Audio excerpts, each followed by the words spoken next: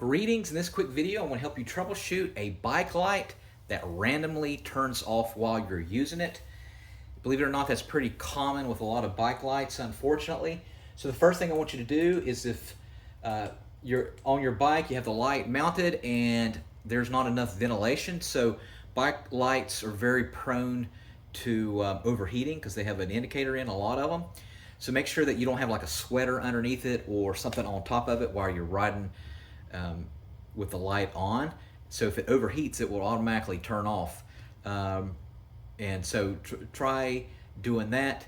Next thing I want you to do is if you're riding, go ahead and try a lower level like that. And don't put it on high beam if possible, as long as you know you can see well. Just go ahead and put it on a lower beam and you'll find that that won't overheat it as quickly.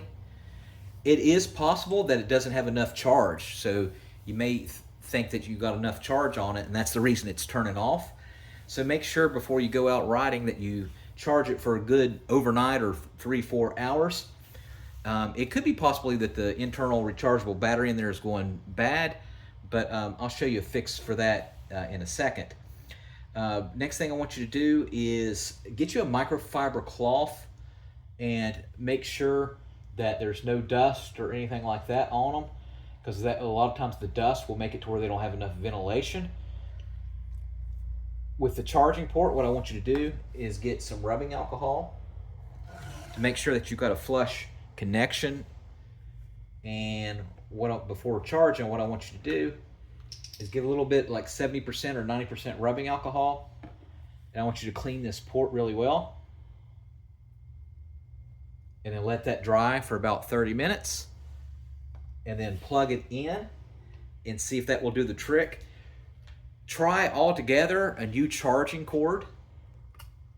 Because what will happen is if you have a kink in your charging cord, you think you charged it overnight, but it's actually not charging. You're getting a little bit of power, but not enough. Go ahead and replace your charging cord and hook it up to the wall. So if you've been plugging it up to your laptop or desktop, for example, make sure that there's no interference with the charging. Go ahead and plug the sucker into a wall and charge that for 3 hours, and then use it, and then see if it randomly turns off. You might find that that will actually fix the problem just by plugging it in directly into the wall. If you don't have one of these that you can hook the USB, you can get them cheap anywhere. All right, now, after you've tried all that, you can actually ride with a power bank so it won't randomly turn off like this.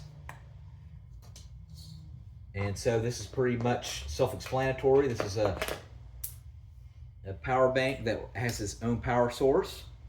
And so what we want to do is plug it up and hook it in like that while you're riding. And a lot of times having a power bank, a USB power bank with its own power, will fix the issue.